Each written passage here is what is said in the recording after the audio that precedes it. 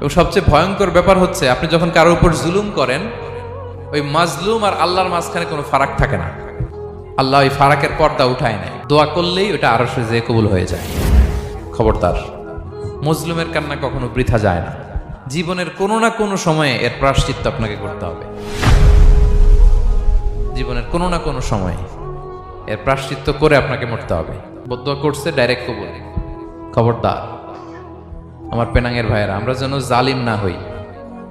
In it's any form, operation in it's any form, যেই কোনো ভাবে, যেই কোনো ক্ষেত্রে, যেই কোনো ধরনের হইতে পারে জুলুম। কাউকে আপনি ছোট্ট কোনো কাজে ঠকালেন, বন্টন নীতিতে ঠকালেন, হ্যাঁ, জমি মেরে দিয়ে ঠকালেন, আমানত মেরে দিয়ে ঠকালেন, ইন ইটস এনি ফর্ম যদি জুলুম করে থাকেন, খবরদার, মজলুমের কান্না কখনো বৃথা যায় না। জুলুম শুধু আমাদের জন্যই হারাম না, আল্লাহর জন্য হারাম। আল্লাহ তাআলা বলেন হাদিসে কুদসিতে, ইয়া ইবাদি, হে আমার বান্দারা,